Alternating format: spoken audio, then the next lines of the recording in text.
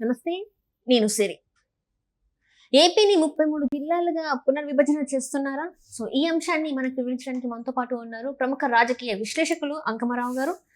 నమస్కారం సార్. నమస్తే సార్, ఇప్పుడు అంటే మనం చూసాం గత ప్రభుత్వ హయాంలో అంటే రెండు రాష్ట్రాలుగా విడిపోయిన తర్వాత గత ప్రభుత్వ హయాంలో ఏపీ ఎన్ని రకాలుగా నష్టపోయిందో చూసాం. అంటే జిల్లాల విభజన విషయంలో కూడా చాలా అంటే కరెక్ట్గా చేయలేదని చెప్పేసి కొన్ని వార్తలు ఉన్నాయి. ఇప్పుడు మరి 33 జిల్లాలుగా పునర్విభజన చేయాలని చెప్పేసి ఆలోచిస్తున్నారు. మళ్ళీ ఇది కార్యరూపం దాల్చే అవకాశం ఉందా, లేకపోతే ఇది ఓన్లీ మాటల వరకే అవుతుంది అంటారా?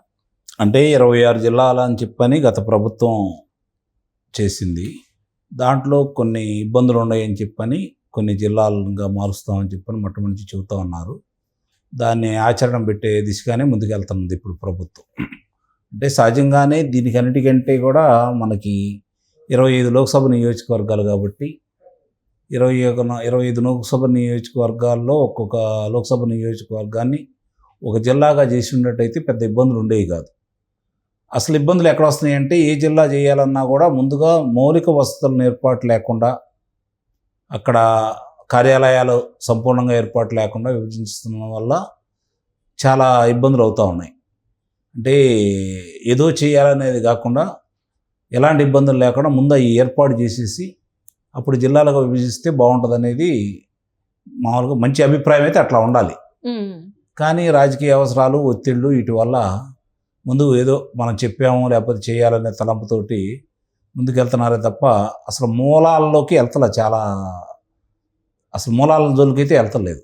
ఇప్పుడు ఎప్పటి నుంచో ఉంది జిల్లాల పునర్విభజన జరగాలి అని చెప్పని. ఒక లోక్సభ పరిధిని కనుక ప్రామాణికంగా తీసుకుంటే వచ్చే ఇబ్బంది ఉండదు కదా. ఇప్పుడు మనకి ఆంధ్ర రాష్ట్రంలో 25 లోక్సభ నియోజకవర్గాలు ఉన్నాయి. 33 జిల్లాలు చేశారనుకోండి, దానివల్ల ఏంటి ఉపయోగం? 35 జిల్లాలు చేసినందువల్ల వేరే జిల్లా మళ్ళీ దీంట్లో వచ్చి కలుస్తూనే ఉంటుంది కదా.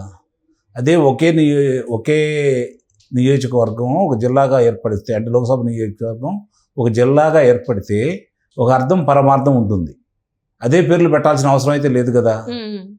మధ్యలో ఉన్నది ఏదో దాన్నే పెట్టుకోండి. 7 నియోజకవర్గాలకి మధ్యలో ఏ నియోజకవర్గం ఉందో ఆ నియోజకవర్గాన్ని జిల్లా ముఖ్య కేంద్రంగా పెట్టుకుంటే వచ్చిన నష్టం అయితే ఏం లేదు కదా. ఈ విధంగా ఎందుకు ఆలోచించట్లేదో నాకైతే అర్థం కావట్లేదు. దీంట్లో కూడా ఒత్తిడి ఉంది అంటారు. అంటే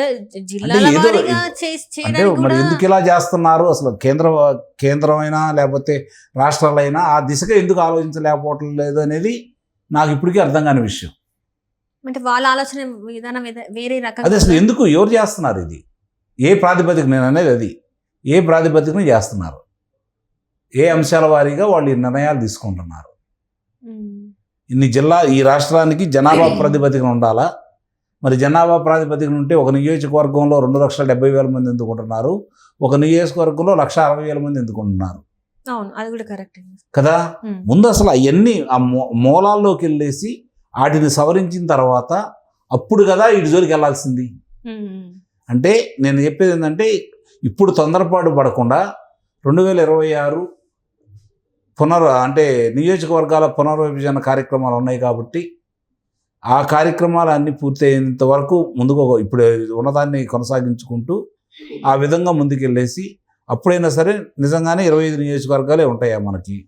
25 నియోజకవర్గాలు ఉంటే ఆ 25 నియోజకవర్గాలకే జిల్లాలో చేసేయండి. అప్పుడు ఇంకే ఇబ్బందులు అయితే ఉండవు కదా. ఒక జిల్లా వాళ్ళు ఒక నియోజకవర్గానికి ఒక నియోజకవర్గంలో 2 జిల్లాల్లో ఉండాల్సిన అవసరం అయితే ఉండదు కదా. కానీ 33 జిల్లాలు చేస్తాం మనం. మన రేపు 33 నియోజకవర్గాలు అవుతుందా? లోక్సభ నియోజకవర్గాలు కావు కదా. మీరు ఎందుకు చేస్తున్నారు ఇది?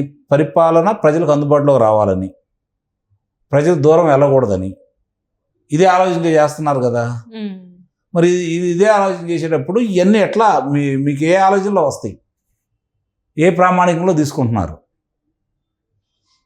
ఇదంతా కూడా బయటకి ప్రజల అభిప్రాయం సేకరించి చేస్తున్నారా? ప్రజల అభిప్రాయం ఎప్పుడు సేకరించి ప్రజల ప్రకారం వీళ్ళు వెళ్తారని మీరు భావించొద్దు. అవి ఎప్పుడో పోయినాయి, ఆ ఆలోచన ఏ రోజో పోయినాయి. ఎవరికి అనుకూలంగా, ఎవరు అధికారంలో ఉంటే వాళ్ళకి అనుకూలంగా మలుచుకోవడానికి ప్రయత్నం చేస్తారు. అంటే వాళ్ళ సొంత ప్రయోజనం అంతే, రెండోది ఏం లేదు. ఇప్పుడు ఈ నియోజకవర్గం ఉంది, ఈ నియోజకవర్గంలో తెలుగుదేశానికి ఆధిక్యత ఉంటుంది. దీంట్లో ఈ మండలాలు వైసీపీ ఇప్పుడున్న వేరే వాళ్ళకి ఆధిక్యతలో ఉంటాయి. ఆ గతంలో కాంగ్రెస్ ఏం చేసింది, అప్పుడు 2009లో నియోజకవర్గాల పునర్విభజన సందర్భంగా అంతకుముందు కూడా వాళ్ళకు అనుకూలంగా వాళ్ళు కాంగ్రెస్ వాళ్ళు మర్చుకున్నారు. 2009 అప్పుడు కూడా అలానే జరిగినాయి. ఇప్పుడు కూడా ఈ అవకాశం ఇప్పుడు వీళ్ళకి వచ్చింది, తెలుగుదేశం ప్రభుత్వానికి ఈరోజు వచ్చింది. రేపు పొద్దున వీళ్ళు అనుకూలంగానే చేసుకుంటారు, చేసుకోవాలి కూడా, ఎందుకంటే గత అనుభవాలు ఉన్నాయి కాబట్టి. ఆ ప్రామాణికం మీద వెళ్తారే తప్ప వాస్తవంగా అక్కడ ప్రజల ఇబ్బందులు, ప్రజల అవసరాలను దృష్టిలో పెట్టుకొని మాత్రం విభజన జరిగిద్దని అయితే నేను భావించట్లేదు. అంటే ఇప్పుడు కూడా ఇంత తొందరగా కాకుండా కొంచెం టైం తీసుకొని మొత్తం అన్ని కరెక్ట్గా అసలు ఆలోచించి నేను చెప్పింది మీరు అర్థం చేసుకోవట్లేదు. 25 నియోజకవర్గాలు ఉన్నప్పుడు, లోక్సభ నియోజకవర్గాలు 25 జిల్లాలు ఉంటే సరిపోతుంది కదా అంటున్నాను నేను. 33 ఎందుకు కావాలి? 33 ఎందుకు అంటున్నారు? దాని తర్వాత కూడా నియోజకవర్గం అంటే తర్వాత నియోజకవర్గాల పునర్విభజన జరిగినా కూడా ఈ ప్రామాణికంగానే సరిపోతాయి కదా. ఈ జిల్లాలో ఈ నియోజకవర్గంలో, లోక్సభ నియోజకవర్గంలో 10 ఉంటాయా, 12 ఉంటాయా, 15 ఉంటాయా అనేది మీరు విభజన చేసే దాన్ని బట్టి ఉంటుంది. ఇప్పటికైతే 7 శాసనసభ స్థానాలు కలిపి ఒక లోక్సభ నియోజకవర్గం ఆంధ్ర రాష్ట్రంలో ఉంది. రేపు అది 9 అవుతుందా, 10 అవుతుందా అంటే మీరు ఇచ్చే దాన్ని బట్టి ఆధారపడి ఉంటాయి. అంటే ఇప్పుడు 175 ఉన్నాయండి. ఆ 175ని 50 పెంచుతారా, 75 పెంచుతారా, అంటే 250 చేస్తారా, 225 చేస్తారా, లేదా 200 చేస్తారా, 25 శాసనసభ స్థానాలే పెంచుతారా, దాని మీద ఆధారపడి ఉంటుంది కదా.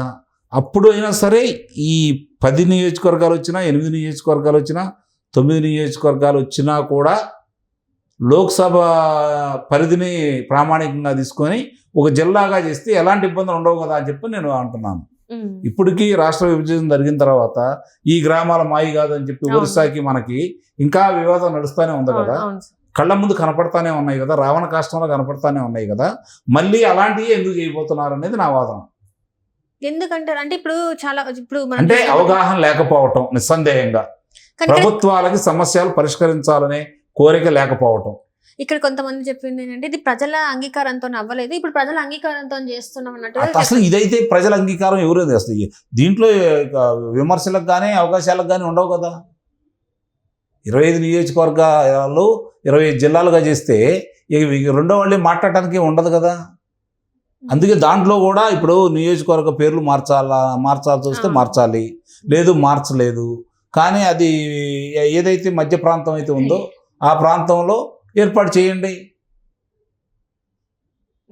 అండ్ ఇప్పుడు కడప ఇప్పుడు వైఎస్ఆర్ జిల్లాగా ఉంది కాబట్టి మీరు ఇప్పుడు ఎత్తారు కాబట్టి చెప్తున్నాను సార్.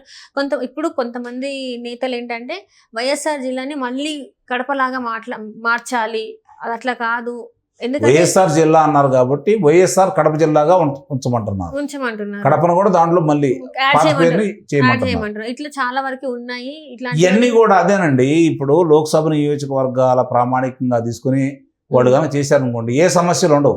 ఆ తర్వాత ఏం పేర్లు పెడతారనేది వేరే విషయం. ఇప్పుడైతే ఇలా చేస్తే బాగుంటుంది మీ అభిప్రాయం.